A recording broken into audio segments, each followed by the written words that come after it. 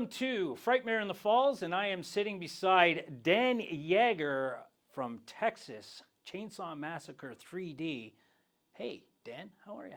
I'm good. How are you? Welcome to Niagara Falls. Thank you. Is this Good your to be first here. time being here? I was here when I was 3. 3. I have no real recollection. I'm sure I enjoyed it. Yeah, and right now you're getting to see the view, and you have a nice hotel Yeah, it's quite a room view. view, yeah? It is quite a view. Oh, yeah? Have you been down close? No, Not yet, eh? no. Oh. I've shivered in the mist. You shivered in the mist, eh? But, yeah. Well, I'm before you go, just go down there if you Oh, can yeah. get that opportunity. Yeah, no, Yeah, definitely. you get to see that and feel the rumble, Uh-huh. of the falls I like right under your feet. It's quite something for sure. So my condolences for Tobey and of course Gunnar and Marilyn, and you work with those people, you know who they are. Well, thank And, you. Yeah, they were all good friends. Gunnar became a bit of a mentor to me. He was really a great guy. Marilyn was incredible to work with. I remember I met Toby the night our movie opened at a party at the producer's house, and that was quite an experience. Just because I had become such a huge, admirer of his work. I never, I'd been aware of Texas Chainsaw since high school, and never really thought about the people who had actually made it. It was always just this thing, and a very cool thing. But then, as I started to work on the movie, to really get into the fact that this is a work of art by some really talented individuals, and Toby grew large in my personal mythology, and then I met him at this party. And he was, I've heard so many conflicting stories about who he was, but the one thing I remember is after sitting there through several cigars that evening, telling stories, listening to his stories, we talked about Texas Chainsaw 3D, and he was very pleased. But at the end of the night, it was 3 in the morning, and I was dead tired and had to leave, and stood up to leave. And he gets up too, and he says, I have to hug you. And it was so, yeah, and he did, and he was just a sweet guy. And it really conflicted with stories I'd heard about him. But anyway, I didn't mind. I took that, I need no more validation as far Sure. as Texas Chainsaw 3D goes than Toby Hooper hugged me. So. Oh, that's awesome. Yeah. So you took on this role of Leatherface. Obviously, you'd watched the previous movies to sort of get in the mindset of what the character actually, who he was. Mm-hmm. The film itself actually had a lot of, the 3D I'm talking, had a lot of the same elements from the first film. Mm-hmm. So what, with your way of acting, did Gunnar Hansen, was he able to help you with, or did you already know what you were doing, or were there, did he guide you in respects to how you were acting? I met Gunnar about the 3rd week of shooting. Okay. However, he did inform everything I knew about the character. I studied everything he wrote, everything he said in interviews, and watched the movie obsessively, and noting every movie made, and I told him, to his face, I said I ripped you off as mercilessly as I could. Because I loved the character that he had created. I give him complete credit for creating him. And by the time I get the character, in Texas Chainsaw 3D, Leatherface has gone through some significant life changes. In the original movie, for instance, he's really the dedicated instrument of the will of others. Everybody tells him what to do, and he doesn't really make any decisions. He decides what mask to wear, present himself. That's his expression. That's the limit of his expression. And so by the time I get the character in 3D, he's actually been forced now to have a point of view. Because Gunnar said, you know, his take on who Leatherface was if you remove the mask, there's nobody there. Mm-hmm. The mask was the character. And we removed the mask, and there had to be somebody there. For you know, sure, that was the evolution we took the character through. Mm-hmm. And people remark all the time that they're surprised at themselves for suddenly caring about Leatherface at the end of this movie. But it's because he becomes a person. You know, I mean, the few things that from the original movie I think that really inform who Leatherface is the scene where the hitchhiker and Leatherface go upstairs to get Grandpa for dinner, and they bring him down, they carry him in the wheelchair, and they set him up at the table. They got Sally tied up there, and Leatherface, you know, pats Grandpa on the head and kisses him. Mm-hmm. Yeah. I mean, that's who he is. He's a loving character, and I think that surprises people when they really delve into who he is. So. And with the whole Ed Gein, and I don't know, I always get that name wrong. Is it Gein or Gein? I say Gein. Everybody says Gein. Yeah. I don't know. Did you have to read anything about him as well to kind of figure out the Leatherface character? No. I mean, Okay. I've been interested in Ed Gein for a long time anyway, just because he's a singular individual. Mm-hmm. But I don't think, other than some quirky little, you know, idiosyncrasies, I don't think they're analogous characters. You know, Ed Gein had his own issues, but he was a fairly sociable, gregarious guy. Yeah. He was well liked in his community. He just had a thing for, you know, some unsavory activities.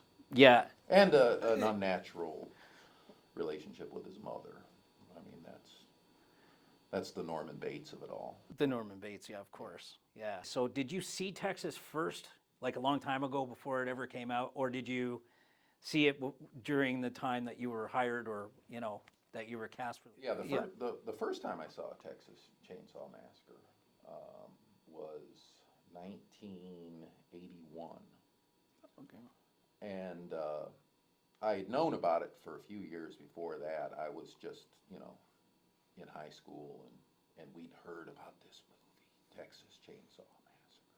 It's been banned, you know, it's Yeah. forbidden to watch. And then it came, my family had moved to Las Vegas, Nevada. And it came to the drive-in, so I got all my buddies together. I said, we got to see this movie. And so we went to the drive-in and saw it for the very first time. And it was probably within 6 months after that, my mother went out and bought a VHS machine. It was the new thing back then. And I went out and bought 2 VHS tapes to have and to hold and to own and to wear out. One was Eraserhead by David Lynch. Oh, yeah. And the other was Texas Chainsaw Massacre. So I have a long history with the movie. Yeah. Yeah, I loved it. I wore it out. I used to have an old Philco Predicta, which was a TV that was on the yoke that had the swivel Right. screen. Yeah, You know, yeah. I had one of those, and I used to watch it on that just because I loved, you know, the black and white. It was cool. Anyway, yeah, no, I have a long history with Texas Chainsaw Massacre. So now we're coming on to the 3D aspect of it, okay? So this movie was in 3D. There were certain things in the movie. One part where you actually throw the saw at the Yes. cop. Just tell us how that shot went Well, on set. yeah, as you may have guessed, it is a bit of movie magic. Mm-hmm. The one thing about shooting a movie in 3D, and the 3D as a cinematic tool is you don't, the impulse is always to poke stuff and throw things at the audience and involve them in the story, and that's exactly contrary to good cinema theory. You know, is don't break the fourth wall. You know, Right. keep that, you know, let them remain objective.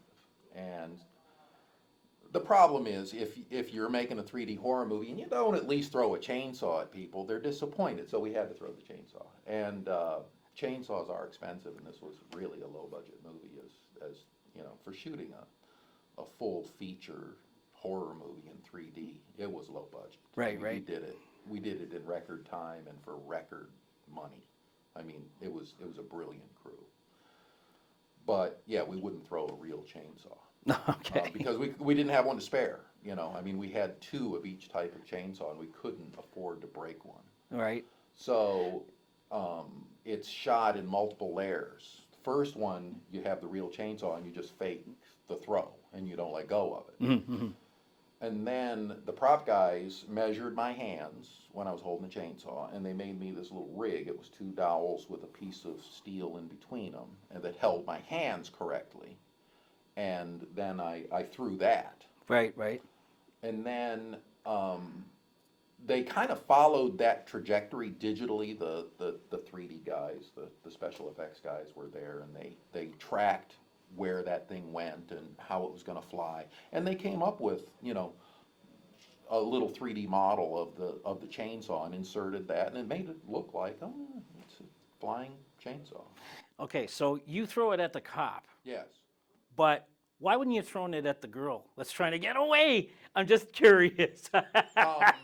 I mean, she was right there, hanging on to the. It's his motivation. Okay. I mean, he didn't want to. I mean, the last thing in the world he would want to do is let go of the chainsaw. True. Yeah. And the one thing about Leatherface that people don't really, you know, keep in mind is that he's constantly terrified. People scare the hell out of him. He's very frightened all the time. And he, of course, reacts in an unnatural way with Okay. that fear, not in recoiling, but in violent, you know, aggression. Sure. You know, he's still profoundly lethal.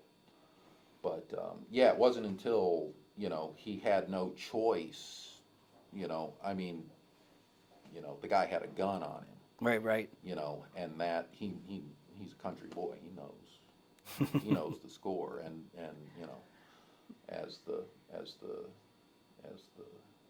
deputy utters, you know, a chainsaw don't make you bulletproof.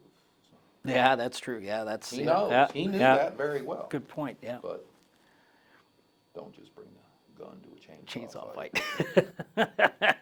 So quickly, okay, so we take the story back to the original time, and then it comes back 20 years later. It's the girl is your cousin, and at the end of the film, again, there's a part where Yeah, they're trying. you're the one you're the one that's tied up in the They're chains, trying to drag. and him they're into trying to drag the meat grinder. The meat grinder. She comes in and saves you after you didn't really kill her, Saved her. saved her, Yeah. and then she throws you the saw. Do your thing, cuz the most reviled line of the movie. Do you think? Or the most loved. It depends on who you ask. But anyway, yeah. And so that's pretty much a pivotal moment in the film where it's like, okay, now the relationship between you and your cousin is like the Saw is family. How can they carry on another part after that? Well, there are all sorts of things in the story left to be explored. Yes.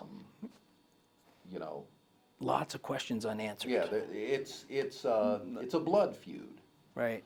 really. I mean, that's what they were setting up with our movie. And there's a script for the sequel to 3D, which they haven't made yet, and I don't know if they ever will. Oh, okay, all right. It's really great. You understand the dynamic of what's going on in this town and how they've dealt with the fact that, you know,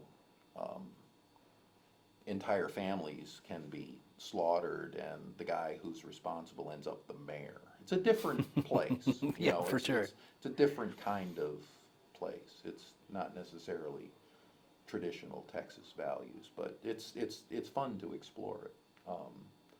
And yeah, I don't know if that'll ever get made, but it would be interesting. I enjoyed the script when I read it. So. Talk about the conditions quickly and tell us if there were any fun blooper, anything that happened on set that was a lot of fun that maybe you guys were like laughing your asses off at certain things. And Yeah, I don't know. You know, No? Leatherface was taken very seriously in Okay. this whole shooting movie. There was none of the joking around. cutting up of. I mean, I was really impressed, and I don't know, maybe a little. I don't know. It certainly affected me. I noticed that, you know, I had a team of people who would handle the mask and the chainsaws and the wardrobe and everything. And when I'd step on set, people treated me differently. I mean, you know, I've told people that the Leatherface character has so many great little actor shortcuts to the character. You know, usually you have to kind of work at staying in the character as you're going through a scene with Texas. You know, playing Leatherface. You know, you put on the mask and it's there. You're done. You know, the trick is knowing what it means as an actor and what to do with it. But yeah, even this crew, you know, would react to, you know, me walking out in a skin mask and carrying a chainsaw. You know, Wow. it's yeah. It's not the same. It sounds like every time, like I've interviewed Steve Dash, I've interviewed C.J. Graham. I mean, the Friday the 13th seems a little bit different from what you're telling me anyway on this. Yeah. I mean, they were a bunch of kids. Most of the other actors in the movie, and so you know, I kind of kept to myself. You know, never really. I mean, we had a couple of parties, and that was fun. The one meeting of an actor on the movie that I'll always remember is Marilyn. I met her on the set.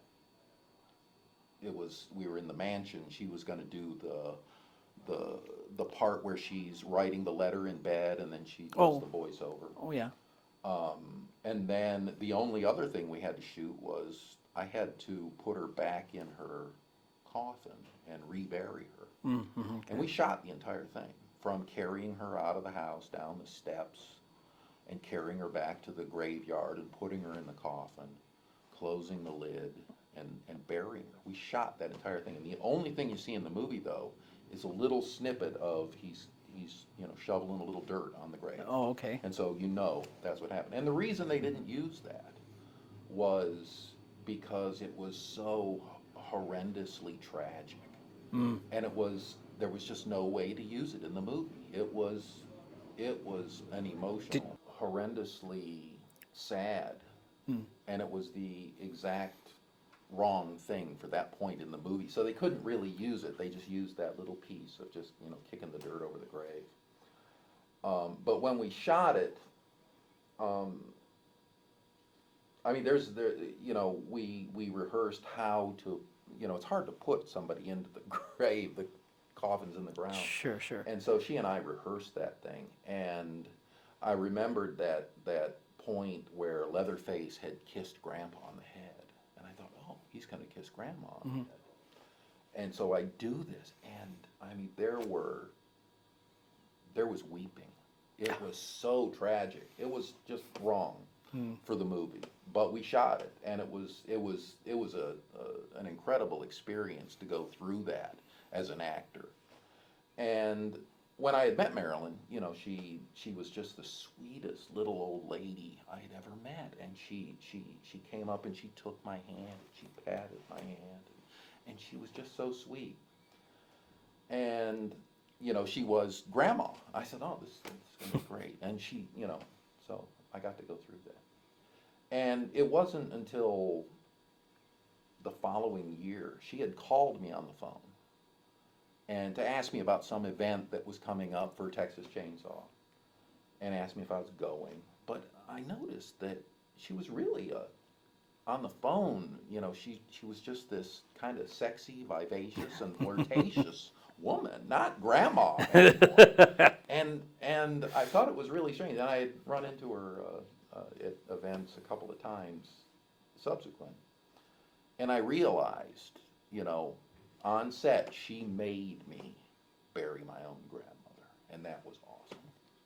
I mean, it was just, you don't get chances to work with people like that very often. Yeah. I will forever be grateful to her for that gift. That's awesome. Wow, what a story. That's awesome. So I want to change gears a little bit. You were on Sharknado 4, Yes. The Fourth Awakens. Yes. My buddy Joe Quintanilla, Uh-huh. you know Joe? Sure. Yeah. He's also involved in that whole Sharknado thing. Mm-hmm. And I had to just say his name because I love Joe. He's a great Joe's guy. cool. Oh, yeah, he's a I great haven't guy. seen him in a while. Yeah. I actually called him this morning to Yeah. let him know that you guys got here safe. Oh, good. But so, what was your role on that film? Just quickly, if you could just tell us. A buddy of mine was the prop guy on all the Sharknado movies, and the Anthony, the writer, well, one of the writers and director, is a huge Texas Chainsaw fan, and you know, which is why there are chainsaws in Sharknado. And he had this idea of doing a real homage to Texas Chainsaw Massacre, and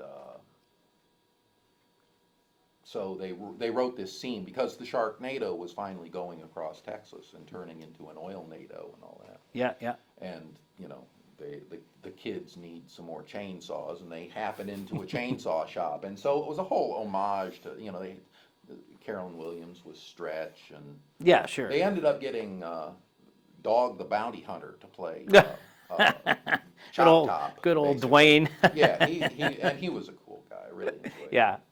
But I think Bill Mosley was busy or something. I don't know. Anyway, my buddy who was the prop guy, they were puzzling on how they were going to get Leatherface. And Right. he says, "Oh, he's a friend of mine." And so they said, "Well, can you call him?" And yeah. So he calls me up and he says, "Remember I said we were going to do a Sharknado movie and maybe you could be in it?" And this had been months gone by. I said, "Oh, yeah, yeah." He says, "Well, what are you doing Sunday?" This was on a Thursday. I said, "Oh, well, I'm free."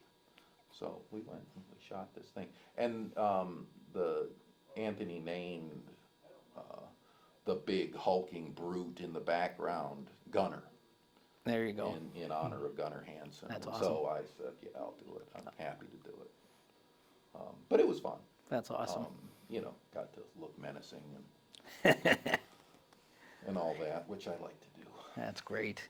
So what are you doing now? I understand you got a film you want coming up that you want to promote here. Oh, and, yeah, we well- got your little thing on the side there. I'd love to. Slaughter Farm. There Yeah, you go. no, we Bloody hell. We have Bad Anger Pictures has 4 scripts in development. Slaughter Farm seems to be in the lead on the race to get produced, but we have a couple of others too, and a few more stories we're developing. There's just, you know, and I wrote it. I hope to get to direct it. We'll see. You know, it's always a challenge. We're going to try and do a few shorts, you know, because I've been making movies all my life, but, you know, try and tell that to a bank without, you know, I mean, I've lost most of the movies I've ever made. They're long gone. They were made back in the 80s on, you know, VHS Oh, wow. recorders and, you know, old fashioned. Great. But Oh, anyway. that Yeah, sucks. It's they weren't that good. Oh, well.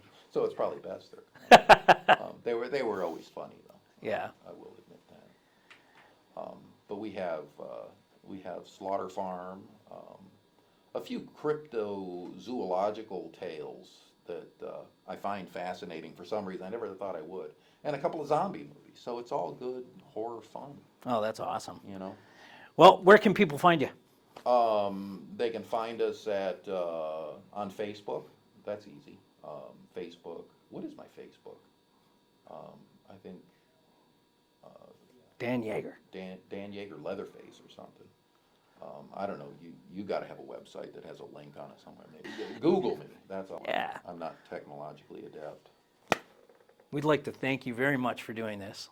Thank you for having me. Yeah. It's been a pleasure. Thank you for tolerating my droning on and on. Oh gosh, no, it was amazing. You had a great interview. It was awesome. Thank you very much from me and the crew, and enjoy the rest of Frightmare. Thank you.